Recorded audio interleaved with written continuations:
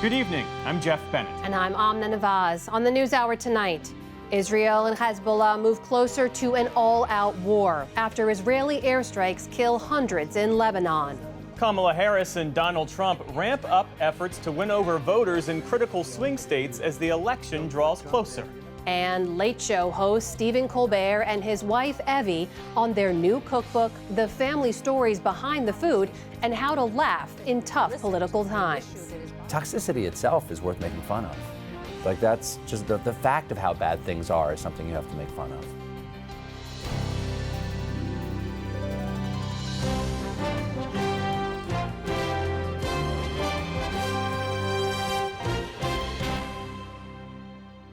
Major funding for the PBS NewsHour has been provided by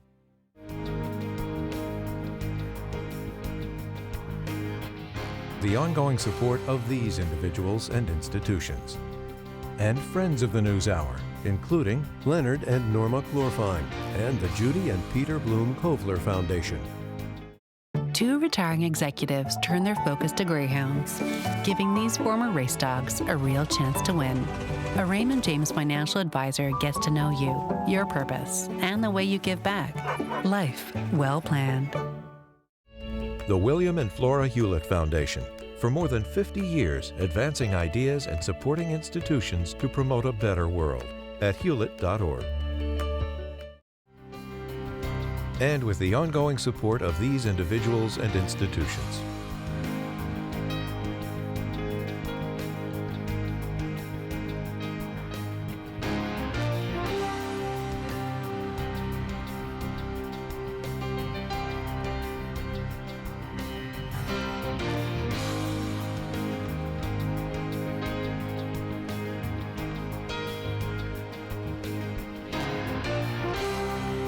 This program was made possible by the Corporation for Public Broadcasting and by contributions to your PBS station from viewers like you.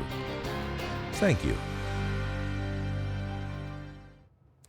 Welcome to the NewsHour. It is the deadliest day in the Middle East since the October 7th terror attacks. Lebanese authorities say Israeli airstrikes killed nearly 500 people and wounded more than 1,600. Israel said it struck 1,100 targets where Iran-backed Hezbollah hid weapons in Lebanon, including thousands of rockets and missiles in a stash often fired at Israel. The tensions have led the U.S. Defense Department to send additional troops to the region. Nick Schifrin starts our coverage. In towns across southern and eastern Lebanon today, at more than 1,000 sites, an avalanche of airstrikes. Lebanese across the region said today felt like the beginning of war. Thousands of families fled, cramming everyone they could fit into every vehicle they could find, even those shattered by shrapnel. Strikes, warplanes, destruction. No one is left there. Everyone has fled. We took our belongings and left. Since October the 8th, Hezbollah has fired thousands of rockets into Israel, including yesterday, outside Israel's third largest city. And Israel says its goal is to return some 60,000 residents to now empty northern Israeli towns. I promised that we would change the security balance, the balance of power in the north. That is exactly what we are doing. We're destroying thousands of missiles and rockets directed at Israeli cities and Israeli citizens. And Israel expanded its targets today, warning residents to leave any homes with weapons in the Bekaa Valley, where Hezbollah was founded decades ago near the border with Syria. We advise civilians from Lebanese villages located in and next to buildings and areas used by Hezbollah for military purpose, such as those used to store weapons, to immediately move out of harm's way for their own safety. Israel said the targets were Hezbollah, but Lebanese officials say Israel also struck hospitals, medical centers, and other civilian infrastructure. It is a dangerous, violent escalation, one day after Hezbollah leaders promised their own escalation. We don't need to make threats, and we won't specify how we will respond to aggression. We've entered a new phase titled Open-Ended Battle of Reckoning. But over the last week, it's been Hezbollah that's faced unprecedented attacks. Their walkie-talkies And pagers turned into bombs, injuring thousands and killing nearly 40. And on Friday, an Israeli airstrike in southern Beirut killed the founder of Hezbollah's Special Forces Unit, but also dozens of civilians who faced the brunt of the violence, the UN said today. What we've seen over the last week has been dramatic. The consequences on civilians has been huge. Today in Washington, for at least the 5th time in the last week, President Biden urged restraint. My team is in constant contact with their counterparts, and we're working to de-escalate in a way that allows people to return to their homes safely. But if Israel's hope is that Hezbollah chooses diplomacy, analysts say this week's attacks will produce the opposite effect and is already leading to the very escalation from both sides the U.S. has been trying to prevent. For the PBS NewsHour, I'm Nick Schifrin. For perspective on the spiraling violence between Israel and Lebanon, we get two views. Aaron David Miller is a senior fellow at the Carnegie Endowment for International Peace and a longtime State Department official in both Democratic and Republican administrations. And Hussein Ibish is a senior resident scholar at the Arab Gulf States Institute in Washington. Thank you both for being here. And Hussein, I'll start with you. Sure. Lebanon's health ministry says the strikes have killed 492 people, including 35 children and 58 women. What's your assessment of how Israel is conducting this military operation? Well, it's obviously aimed at not just Hezbollah and its weapons depots, but anything that Israel thinks might be of use to Hezbollah. It's very similar to the doctrine applied in Gaza, where dual-use, triple-use facilities are all targeted, and so are anything that could kind of maybe be on that list. There's a real deference towards authorization rather than non-authorization of strikes, and a willingness to do tremendous harm. Part of it is psychological warfare, part of it is generalized vengeance.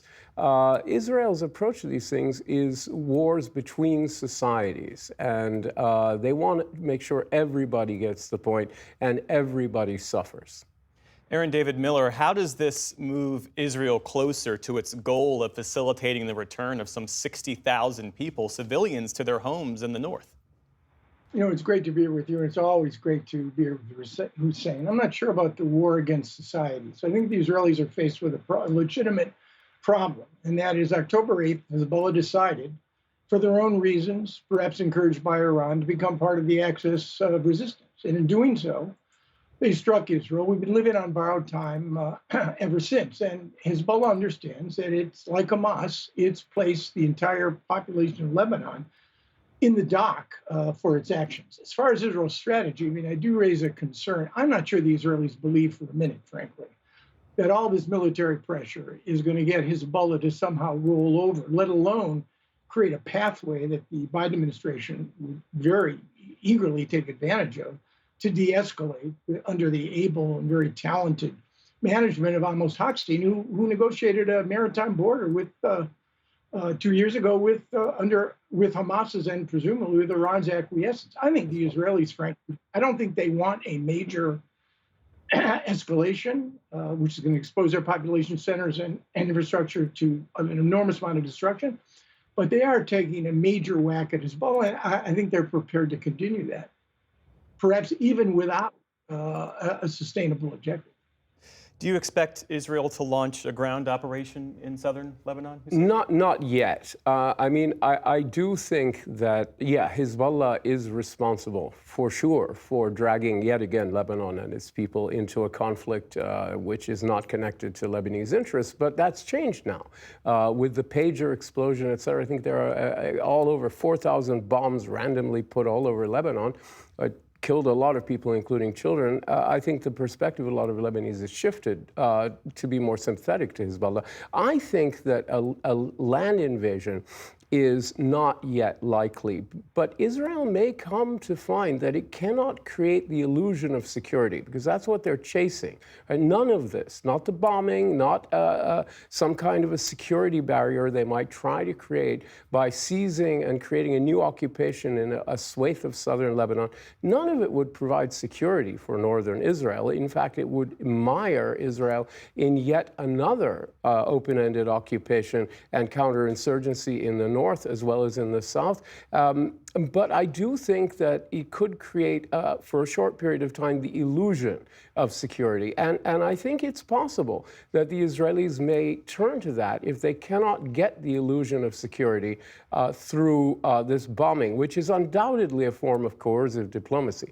Clearly, they're trying to force Hezbollah into some kind of formal back down while degrading their rockets and rocket launchers. But none of that translates into greater security for northern Israel. At most, it buys you time. Aaron David Miller, what about Iran? You say neither Israel nor Iran wants a full-blown direct conflict. But how might this escalation by Israel into Lebanon, how might this prompt Iran to be more provocative in response? Well, if in fact you actually got a major escalation, Hezbollah has not yet crossed the key red line, which is the use of their precision-guided missiles, again, which they have hundreds, not thousands, but nonetheless, they have sufficient quantity in order to do tremendous damage to Israeli population centers, infrastructure, the electricity grid. I mean, Israel gets a lot of its water from desal plants. Those would go out. This could become a major nightmare. And remember, Hezbollah has the capacity now to launch 3,000 missiles a day. In summer of 2006, in a 34-day war, they launched 3,000 during the entire campaign. Look, the Iranians, I think, want to cause the Israelis as much difficulties as they can. They'd love to see an Israeli occupation of southern Lebanon. They'd love to see the Israelis in the West Bank and in Gaza in perpetuity. But what they don't see is an Israeli and or American strike against Iran proper. And you could end up with that eventuality if, in fact, you got a major Israeli Hezbollah escalation and Iran felt the need to come to Hezbollah's defense. The Israelis and perhaps even the Americans could get involved, and you could see something the Middle East has never experienced before, which is a multi-front war. Iraq, Syria, Lebanon, Israel, Iran. The Houthis things got really bad, and the Iranians striking oil targets in the Gulf, which is we know they've done in 2019. Yeah. What does de-escalation look like at this point, and what more can the U.S. do, if anything? I think the U.S. could do a lot to restrain Israel because Israel has achieved early on in this conflict that began right after October 7th, escalation dominance. They made it clear very early on, and especially during this year, that they don't mind a broader war that Aaron has described, that of all the parties involved, other than Hamas, which has no ability to influence things really, that Israel is the one that is most interested in a potential war, that they wouldn't mind getting the United States to actually bomb Iranian nuclear facilities through the process Aaron just described. There are a lot of people in Israel who are enthusiastic about that, and a bigger number in the Israeli government who are ambivalent about it. They're concerned about it, but at the same time, they can see upsides, which is why they've been so reckless and so escalatory in recent months. De-escalation looks like Hezbollah backing off with rocket attacks and making maybe some conciliatory noises about decoupling their conflict with Israel from the war in Gaza, which is the one thing they've been harping on, is that they won't change any of their behavior until there's a ceasefire in Gaza. That doesn't actually make any sense from their point of view, except sort of in a very vague ideological way. And it also certainly means the United States restraining Israel. I think both Tehran and Washington, which say, and I think with good reason, they don't want a broader war, have a big responsibility to restrain their allies. And in particular, I think Washington really does need to say to the Israelis in a more open way, if you force a war here because you are the party driving it this time, it wasn't true in 2006, but now it is, you're going to be on your own. We don't rely on us at the UN for more munitions or anything. Our policy has been that the war should not spread. And if it spreads because you insist it must spread for whatever reason, then we're not responsible. Aaron, in the 30 seconds we have left, is there anything that President Biden could say to Bibi Netanyahu at the UN General Assembly this week that might make a difference? Yeah, I'll make this brief. In 11 months, the administration, for any number of reasons, some legitimate, some perhaps not, has been reluctant and or refused to impose a single cost or consequence that normal humans, like the three of us, would regard as sustained and serious pressure. Are we 50 days out from November 5? There is absolutely no way, in my judgment, given the consequential nature of this election, that this administration, with Iran perceived to be pulling the strings, even though it may want de-escalation, Hezbollah is an Iranian proxy, is going to pressure the Israelis in the 50-plus days that remain before this very consequential election. And the Israelis know this and are cynically using that situation, rather, to give themselves a freer hand. Hussein Ibish and Aaron David Miller, we thank you both for your insights and for your time this evening. Thank you. Thanks for having me.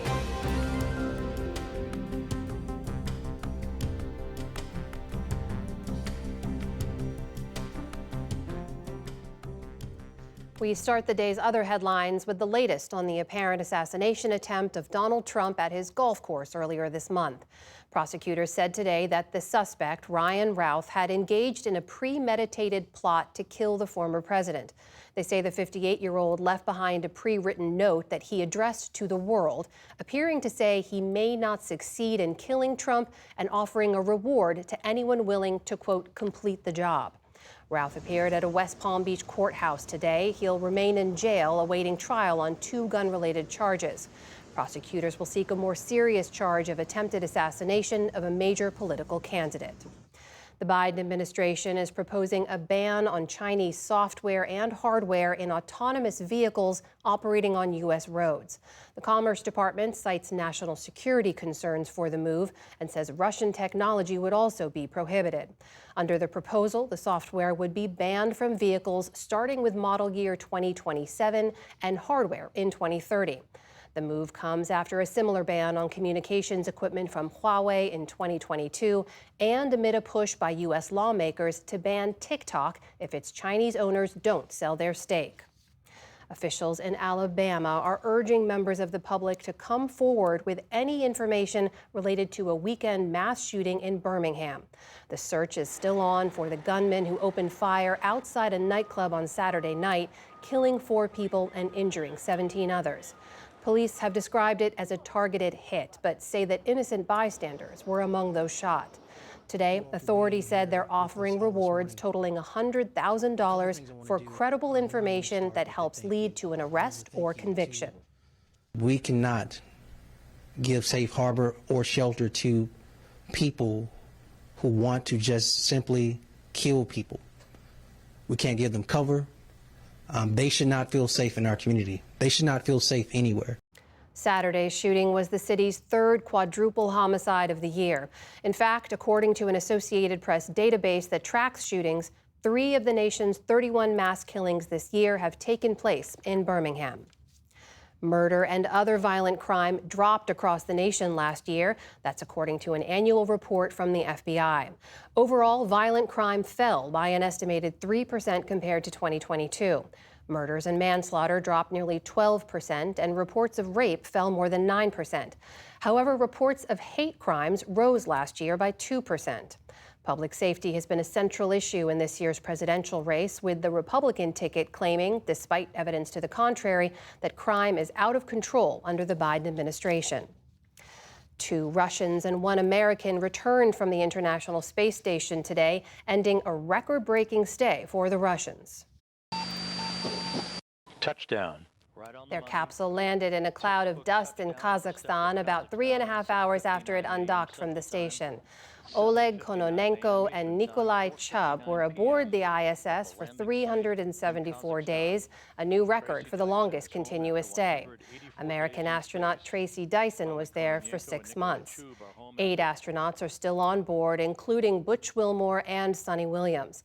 Those Americans won't return until next year following tech problems with Boeing's Starliner. 2 new reports on the state of book banning in America paint a mixed picture of the practice as the annual Banned Books Week begins nationwide. The American Library Association reported 414 complaints in the first 8 months of 2024.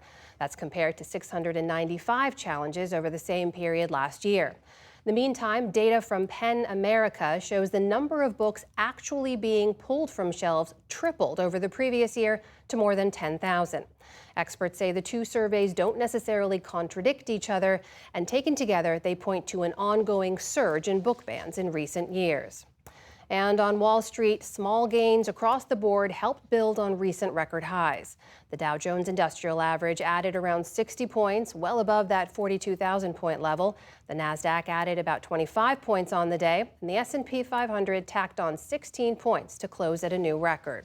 Still to come on the News Hour, our Politics Monday team breaks down the latest from the campaign trail. California sues ExxonMobil over allegedly deceiving the public about recycling plastics.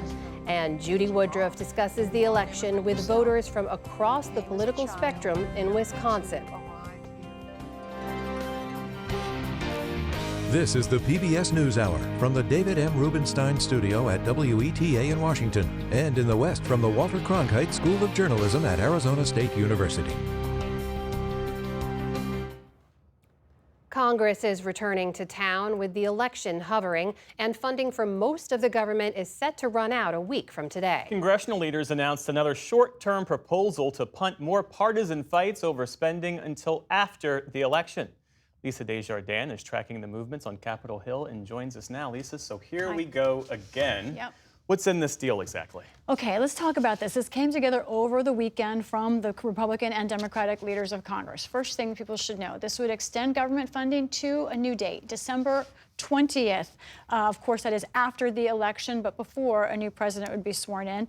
This includes $231 million for Secret Service, and it explicitly says that can be spent now on the current campaign season. Obviously, concern from both parties, protection, including former President Trump.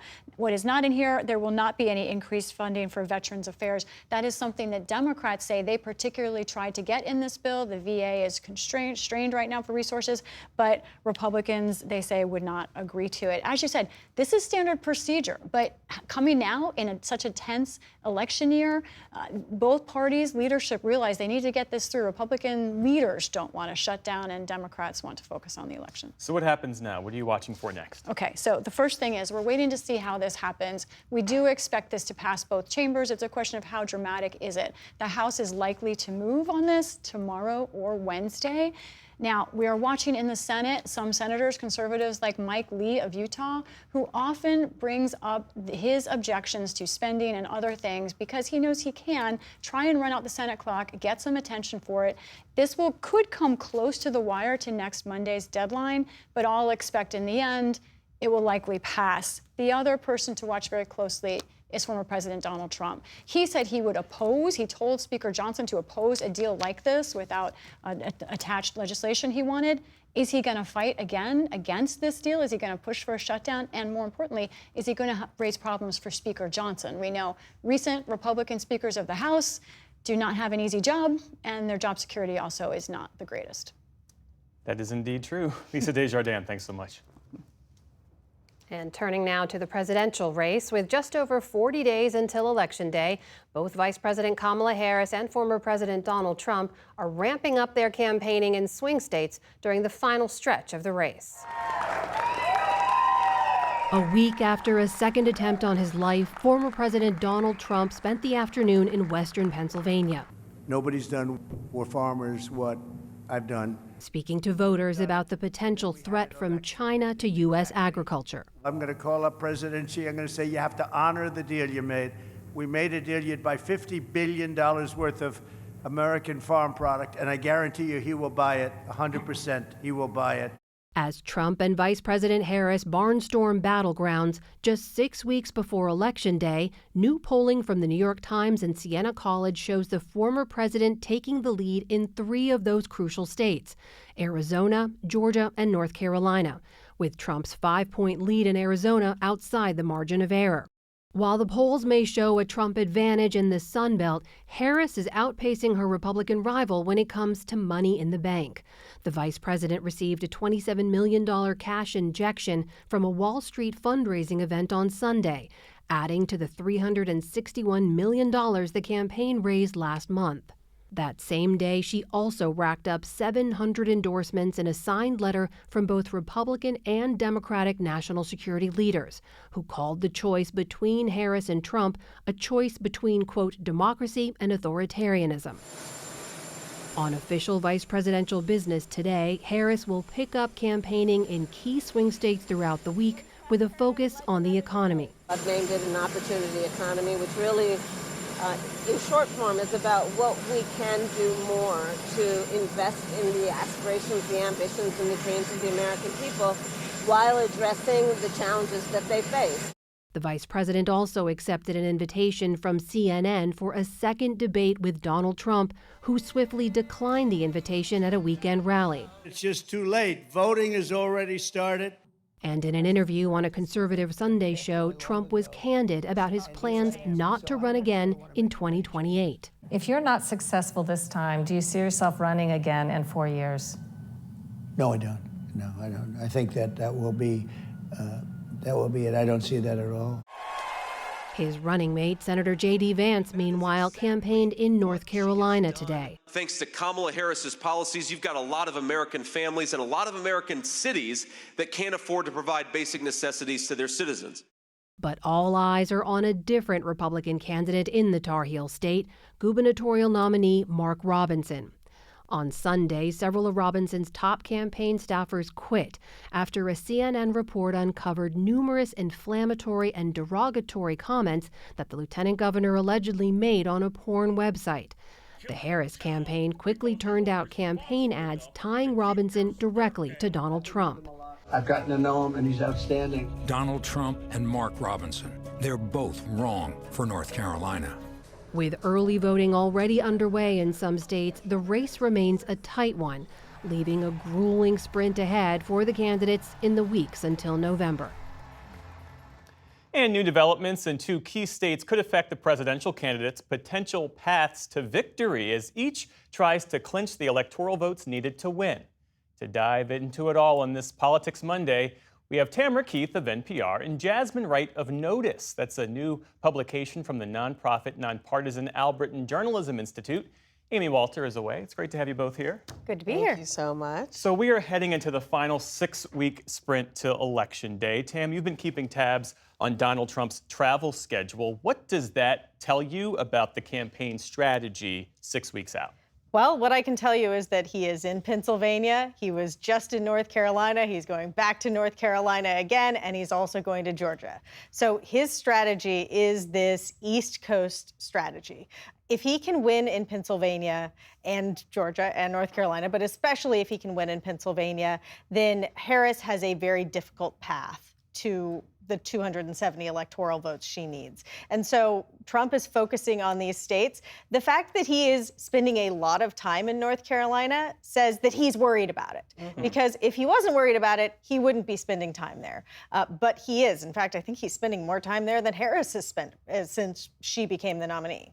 I want to talk a bit more about North Carolina in a second, but Jasmine, over the weekend, Vice President Harris said she accepted a debate proposal from CNN for a debate late in October. Donald Trump has ruled it out. He can always change his mind. We know that. Right. But what's the strategy? Why does the Vice President feel like she needs another debate? Look, well, I think that the vice president had a massively successful debate earlier this month. We saw her not just only kind of quell the competency questions that she was absolutely getting from both parties, or whether or not she was actually ready to be president, but also they made a lot of money in that 24 hours after the debate, $47 million.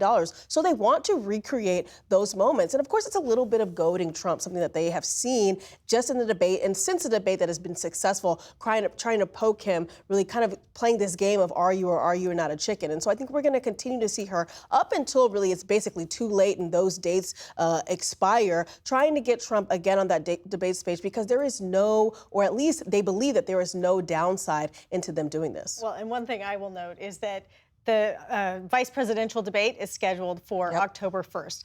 In the first presidential debate between between Trump and Harris, Trump was like, J.D. Vance, he doesn't speak for me. Well, so is he going to let J.D. Vance and Tim Walz have the last word? I guess we'll find out. But part of what the Harris campaign is betting is that, Trump may say it's a closed question. And I think every time that J.D. Vance has gotten the last word, the former president wasn't happy about it. So I think that, we'll see after October 1st. We shall see. Meantime, Donald Trump, it appears, is trying to shift and soften his approach toward women. Speaking in North Carolina over the weekend, he said, I will protect women at a level never seen before. They will finally be healthy, hopeful, safe, and secure. And this comes as NBC has a new poll out that shows Harris leading Trump by 58 to 37% among women. That is quite a gap. This is a historically large gender gap, and Trump is doing better with men than Harris is doing with men. That was what makes the gap so gaping. Trump, in those remarks, also said, and I just want to read this, women will no longer be thinking about abortion because it is now where it has always had to be with the states. So he is essentially saying that you're not going to have to worry about abortion. Your life is going to be great if I am elected president again. And what he's saying is that it's with the states. There's going to be these ballot measures. It'll be figured out. I have to say, though, women are not going to stop thinking about it. In fact, ever since Roe was overturned with Supreme Court justices that Trump proudly appointed, ever since Roe was overturned, abortion has become a campaign issue like it wasn't before. Before it was a motivator for Christian conservatives, but it was not a broad-based issue that Americans thought was front of mind in the last couple of decades. Now it is a front-of-mind campaign issue. There are going to be these ballot measures. And I was traveling with Vice President Harris on Friday when she went to Georgia with a late-added rally in the Atlanta area. Specifically, the entire speech was about reproductive health care and what she calls Trump abortion bans in nearly 24 states. He was responding to that. It was a cause and effect. She did that speech, and then he put out this post on social media, and then literally read it at his rally. Because he's vulnerable on the issue of abortion ever since Roe v. Wade was struck down. This is something that he has actually been probably the most aggressive in his party in trying to figure out how to position himself on abortion. And we've seen that he just can't figure out where he wants to be. And so I think you're going to continue to hear these kind of slightly unserious proclamations that women will never have to worry about abortion again if he's president, because he's trying to figure out the right language in real time to tell women that he can be trusted on this issue, which is absolutely opposite of the message that the vice president is offering.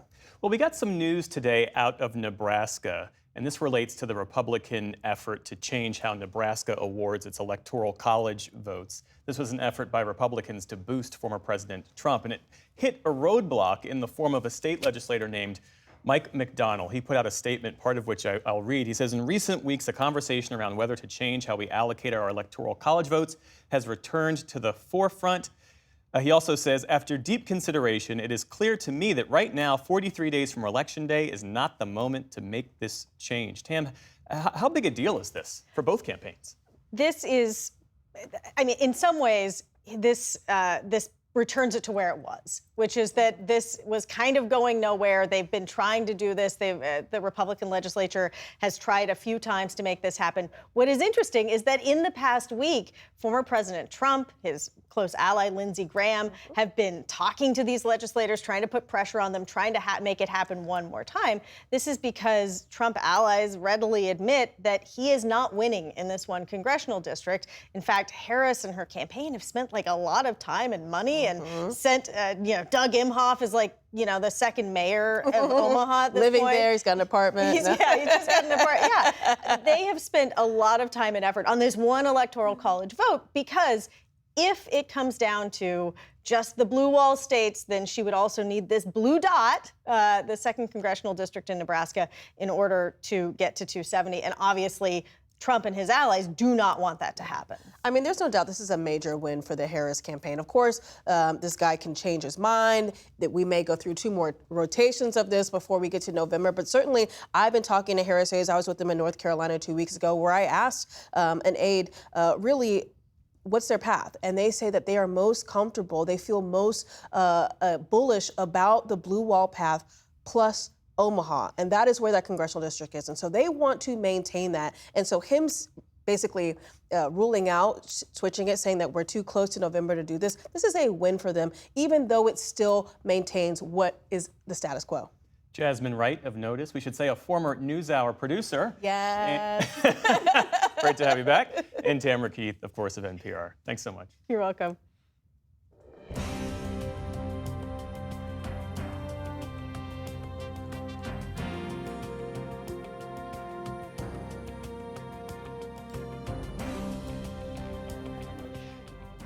A new lawsuit filed today accuses ExxonMobil of contributing to the world's plastic pollution. The oil and gas company is one of the largest producers of the material used to make single-use plastics. California's Attorney General Rob Bonta filed that lawsuit after a 2-year investigation, and I spoke with him moments ago. Attorney General Bonta, welcome back to the NewsHour. Thanks for being with us. Thanks for having me, Amna. So in this lawsuit, you're accusing ExxonMobil of what you call decades-long deception, essentially lying to the public about the recyclability of plastics. What specifically have they been saying over the last 50 years that you're alleging just isn't true? Well, since the 70s, for decades, they've been telling the world, Americans, Californians, that plastics are recyclable and are being recycled, and that consumers can participate in a single-use throwaway culture, and it's okay because all those plastics that you throw away will be reclaimed, recycled, will show up in someone else's household as a useful plastic product, a utensil or a container or something else. And that is absolutely false. When in many occasions, most occasions, the item is completely not recyclable and never going to be recycled. ExxonMobil spokesperson did push back on parts of your lawsuit, saying in a statement to Reuters in part that, quote, suing people makes headlines, but it doesn't solve the plastic waste problem. Advanced recycling is a real solution. They're referencing there a program that they actually had to convert plastic waste into petrochemical feedstock. What's your reaction to that? First, litigation can certainly solve problems. It can stop ExxonMobil from lying. They've been lying for decades. They're still lying today. Advanced recycling is part of that lying. Here's why.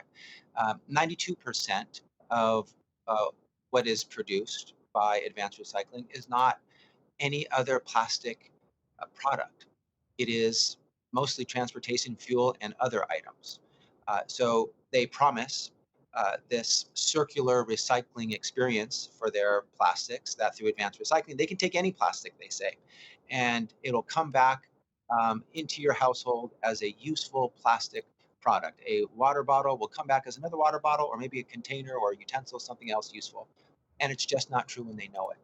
Only 8% of the plastics that they recycle through so-called advanced recycling are actually turned into recyclable material. Advanced recycling is not a solution. It is another lie that they are telling. It is completely predictable that they're telling it because that's what they've done for decades.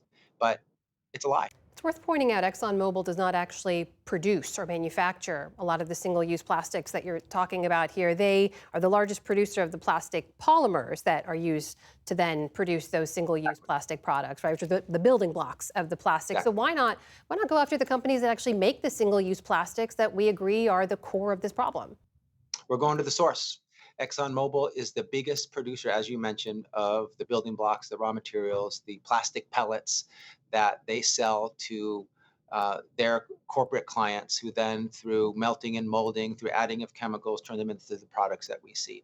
But they're the biggest producers of the building blocks, of the polymers, as you mentioned. And they're one of the biggest liars, one of the biggest deceivers that have been engaged on their own and through their trade industry front groups perpetuating this myth of recycling. So they must be held responsible. And this case is unique, it's pioneering, it's trailblazing, it's groundbreaking in the sense that it's the first time a public entity like the state of California has sued a petrochemical company like ExxonMobil that produces the plastic pellets, the polymers.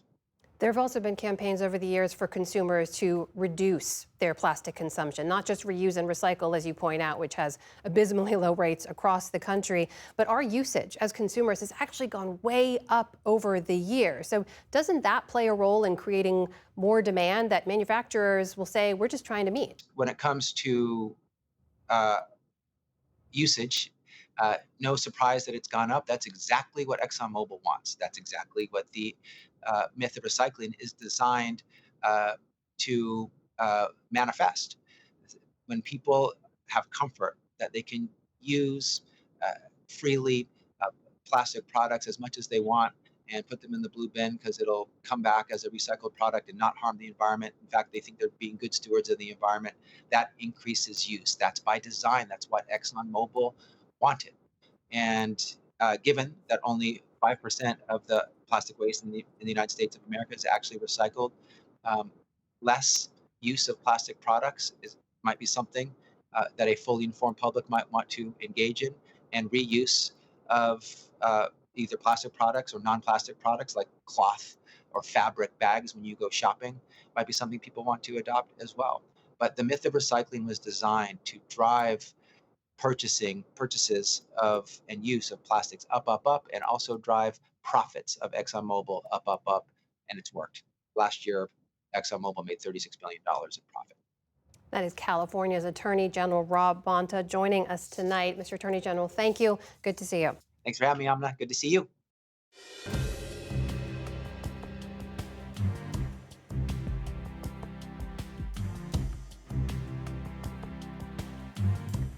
Stephen Colbert has been making America laugh for decades, and since 2015 on CBS's The Late Show with Stephen Colbert. Over the years, his wife, Evie McGee Colbert, has often gotten a mention and makes regular cameos on the show. And now the couple is sharing the ingredients that make their partnership work, especially in the kitchen. Their new cookbook, Does This Taste Funny?, is out now. And we met up recently to talk food, family, and politics for our Arts and Culture series, Canvas. At New York City's Porchlight Bar. I've never been interviewed in a bar before. This is nice. What do we got here? That's a great question. What is this dessert? Over a spread of Southern specialties. Oh, nice. Wow. And then biscuits and honey. Stephen and Evie McGee Colbert open up about their shared love of their shared hometown, Charleston, South Carolina, where they first met in their 20s and that inspired this cookbook together. You say in the book that you guys live in the kitchen. I'm curious how that works. Does someone take the lead? Is there like a chef? Every chef family, situation? in some ways, like, you know, the whole thing about, like, you know, we're talking about kitchen table issues and sitting on the kitchen table. We're always hanging out in there like everybody does. Right, but right. One of us is a little bossy. One of We're not going to say who. one of us enjoys No cooking names. more than the other one does. That's all. I don't think I'm bossy. I think It's I'm true. just. You do. You I'm do more enjoy enthusiastic about it. Yeah. We So say in there's the a cookbook, chef, and I sous think chef vibe or no? No. we're not good together. We're How not, dare I? Well, I you know what? apologize. The cookbook changed that. Before did. that, we didn't cook together. But then, of course, we had to write a cookbook together, and turns out we do it pretty well, I think. The book, a compendium of everything from seafood specials and party food to desserts and drinks, started coming together during COVID. The Colberts, along with their 3 mostly grown children, were locked down together in their Charleston home. The family turned their focus to a joint project, compiling recipes of the food they loved and the stories behind it. It feels like it's as much about your family history in this book as it is about the food. Is that fair? Absolutely, very fair. Yeah, it's about it's about the lives we lived growing up there, not just the food. Well, and when we started, we gathered up recipes that we have fed our kids for years, but we also reached out to family members. And one of the things that was fun for me is I worked on it with my mother, so we would go hunting. She couldn't remember. Like, for example, her pickled shrimp recipe is in the cookbook. I think we made it for her 4 times, and she kept saying, "No, it's not quite right." The book is dedicated to Evie's mom, not just because she was a great hostess and a cook of her own, but because we were writing this book near the end of your mother's life. Right. She wasn't well, so I would be with her, you know, a medical appointment or at the hospital or something, and it was something else to talk about, which was really nice for her and nice for me. And, you know, I think neither one of us sort of knew where we were headed in the future, but it gave us a present moment to be together. Food is at the heart of major moments for the couple, including the moment they first met. You've told about the moment you saw Evie, you knew she was the one that you were going to marry. Did you cook for her? Is that how you helped to woo her or no? Oh no, No, you didn't. actually, I don't think I was very good. Like there's a recipe in Charleston. You know, it's a shrimp dip, but we call it shrimp paste because everything in Charleston has to have an old name.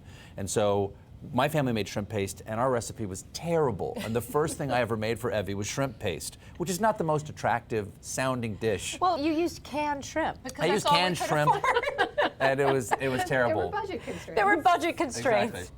The first dish Evie cooked for Stephen, her family's famous cheese biscuits. Her family would make thousands and thousands of cheese biscuits That is and a family distribute them recipe. around. Yeah, it's a family recipe. Yeah. My mother did it every Christmas, all year long. They were in the house. It was her go-to. Someone's coming over, you put a plate of those out, just like our first date. I wasn't She was ready. late. So I went into the bar with her dad. On purpose. You got to make him wait a little. You miss right there. Hello, hi. Lovely to meet you. Lovely to meet you. What's your name? The book isn't their first collaboration. That came during pandemic lockdowns when Evie jumped in to help Stephen host The Late Show from their South Carolina home on Sullivan's Island. Thank you very much. Hello. We call it the Ed Sullivan's Island Theater. Was that sort of your first professional time working together? It was. Yes, we were terrified. Yeah. Well, I was eyes terrified. went wide when she said yes, it was. It was. It really was. And there were very funny moments that now are funny, at the time were slightly stressful, where he would turn to me and say something like, I can't hear Tom Hanks. And I would say, I don't know what to do. Because she was my crew on the couch with a headset and all these wires around her. She's like, I don't know what button to push. The polls are showing that we won by numbers you've never even heard of. We got 17%, 100 didgeridoo, and of course... Back in his studio, Stephen Colbert is back to doing what he does best, bringing levity to a heavy time and sometimes heavy topics. Is there such toxicity around the discourse Sure. sometimes? Do you find it's harder today to be funny about what's going on in the world? It's a gift to us that we get to go out there and do the jokes for the audience, and we get to realize that we're not crazy, and that these things that are driving us crazy or making us anxious are also resonating with the audience. But, you know, toxicity itself is worth making fun of. Like, that's just the fact of how bad things are is something you have to make fun of. Yeah. Is it the kind of thing where he leaves it all at work, or do you talk about these things at home? We talk, unfortunately, we talk about it a lot. All the time, yeah. We've always been news junkies. Always been news junkies. But, yeah, we do talk about it. PBS NewsHour, #1. He's long blended current events and comedy, but this year, with this particular election cycle, Colbert says there's just a lot more to talk about. Right now, what's interesting is no matter what happens with the election, it's something new. Yeah. You know, the excitement of, you know, as much as I admire Mr. Biden, is that the excitement that, well, there is a change, and this change is as good as a holiday sometimes. And there's something new to talk about. It's a new race. One of the jokes that I did after the switch off between Biden and Vice President Harris was that in the monologue, I just found myself dancing around. I was just kind of excited, and I just turned to the camera and said what was the first thing in my mind. I said, this is the dance of a guy who gets to talk about something new for the first time in 5 years. His own politics lean left. He refused to even say former President Trump's name for a couple of years. Do you have red lines, like people you won't talk to? Like, would you have former President Trump on the show? I've had him before, and he was kind of boring, so no. No. Yeah, no. I don't like to have people on the show who I don't think are going to be honest agents of their own ideas. Politicians always represent an idea. So if I think a politician is disingenuous, and not to point out Mr. Trump specifically, because there are many politicians I wouldn't want to talk to that I think do not honestly represent what they actually believe, but are rather just playing to a crowd. And so that's just no fun. The Late Show on CBS is #1 among all late-night shows, some of which are struggling with the changing landscape. Audiences may come to Colbert for the laughs, but seem to be staying for more. We have to learn more about trust and peace and learning about each other rather than Rare moments of engaged conversation like this from his recent interview with Nancy Pelosi. As you can see from the continuing protest out here, that answer is unsatisfying to some people. There were these pro-Palestinian protesters, and she said, I can't hear what they're saying. And you took a moment to make sure she heard the questions that they were asking. Why? Well, I want to be respectful to my guest, but I had promised the people who had protested during the first act of the interview with Nancy Pelosi that I would ask the question if they would sit and listen to what she had to say. And also, there's no way to move on from a subject unless you address the subject. That feels like something you may have learned in 30-plus years of marriage together, no? Yes, well, it is good to address the subject. Well, and listening, and I think what you did so well at that moment, that's what conversation is about, that we have to listen to the issue that is bothering someone so you can respond to it. I think that's also in our marriage. You have to listen and then be able to respond. And I think we do. We've managed to figure out how to do that, I'm sorry, I missed some of that. There are more collaborations and laughs to come as the two run a production company together. Stephen and Evie Colbert, thank you so very much. Such a pleasure. Thank you so much. It's been you. lovely. Appreciate Cheers. it. Cheers. And we have more from Stephen and Evie Colbert online. Taking some lessons learned while cooking together, they discuss the art of an apology and how people who disagree can find a way to get along. That is on our YouTube page. Meantime, 8 in 10 Americans say the country's political divisions pose a serious threat to the future of our democracy. That's according to the most recent PBS News Marist poll. Judy Woodruff has been exploring many of these divisions for her series America at a Crossroads. And she recently hosted a town hall in the swing state of Wisconsin to find out how people are feeling. Here's a preview of her special airing later tonight on PBS stations. On a warm September night at the historic Pabst Brewery in downtown Milwaukee, 50 Wisconsinites with different political views gathered to discuss their differences and whether common ground is possible. I'm a gay person. I have a son. I have a wife. And I cannot compromise with somebody who says that my child would be better not with my wife and I, but in a foster system or with a mom and a dad. 99% of the people are happy that you have a child and you're raising a child in a good environment and giving that child a good education. What I disagree with is that I don't want to have a drag show at my kids' grade school. I don't want to have a show at the library, and I don't want my children, my girls, competing against someone that is changed over from a male to a female. I have a major problem with that. That's where I am not willing to compromise. But as all the rest of the stuff, you go on, live your life, you be you, I'll be me. I moderated a sometimes tense, sometimes surprising conversation about the most difficult topics our society faces today. And I believe that those who believe in open borders are using our neighbors from the southern border to bring them here in a situation where they will not be giving any rights or visas. Antonio, you are an immigrant yourself. You came as a child of parents who arrived here without documentation. Do you think the system did you wrong? No, yeah, I think she's 100% right. We're on opposite ends of the political divide, but she's right. Immigrants are used largely as a slave labor force. There's an enormous amount of people that work with no rights, no ability to say anything, because if they say something, they could get in trouble. And so they just have to take what they're given. Some shared painful personal stories. And I had to walk around for 2 weeks knowing I had a baby that I could feel kicking inside me, who would never survive birth, who would never get to come home with me. And I couldn't be induced into labor because it would be considered termination. And others responded thoughtfully to those they disagreed with. I think that Republicans and Democrats are actually closer than we think about this issue. As far as abortion, I do believe that some people use it as a like an oops kind of thing. Oh, we got pregnant, oops, let's get an abortion. That's the issue I have with it. As opposed to the areas where if a woman is raped, or if there's the danger of the mother, or if there's something like, then I would say yes, it would be okay. With the help of a panel, we tried to make sense of the difference between what we see in Washington and the conversations taking place in the room. Our political divisions are mapping onto so many other divisions in our lives, whether we're talking about race or sometimes gender. We have a politics that will find a way to weaponize anything that's different among us and then turn us against one another in hopes of, out of expedience or in hopes of winning elections. They want us to be at each other's throat. They want an issue. They want us to fear and dislike one another. Please join me tonight at 9 p.m. Eastern, 8 Central, for Crossroads, a conversation with America.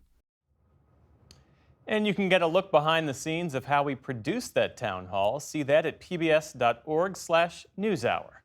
And that is the NewsHour for tonight. I'm Jeff Bennett. And I'm Amna Navaz. On behalf of the entire NewsHour team, thank you for joining us. Major funding for the PBS NewsHour has been provided by On an American Cruise Line's journey along the Columbia and Snake Rivers, travelers retrace the route forged by Lewis and Clark more than 200 years ago. American Cruise Line's fleet of modern riverboats travel through American landscapes to historic landmarks, where you can experience local customs and cuisine. American Cruise Lines, proud sponsor of PBS NewsHour. The ongoing support of these individuals and institutions.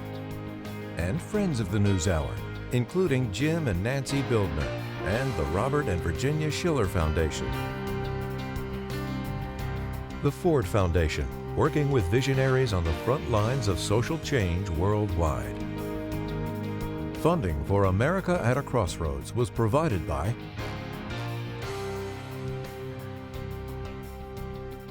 and with the ongoing support of these individuals and institutions.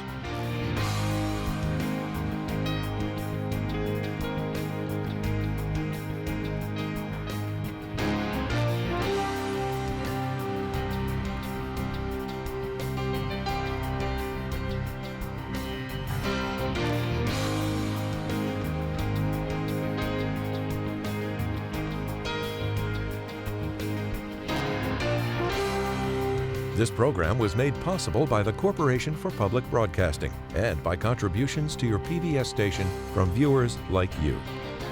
Thank you.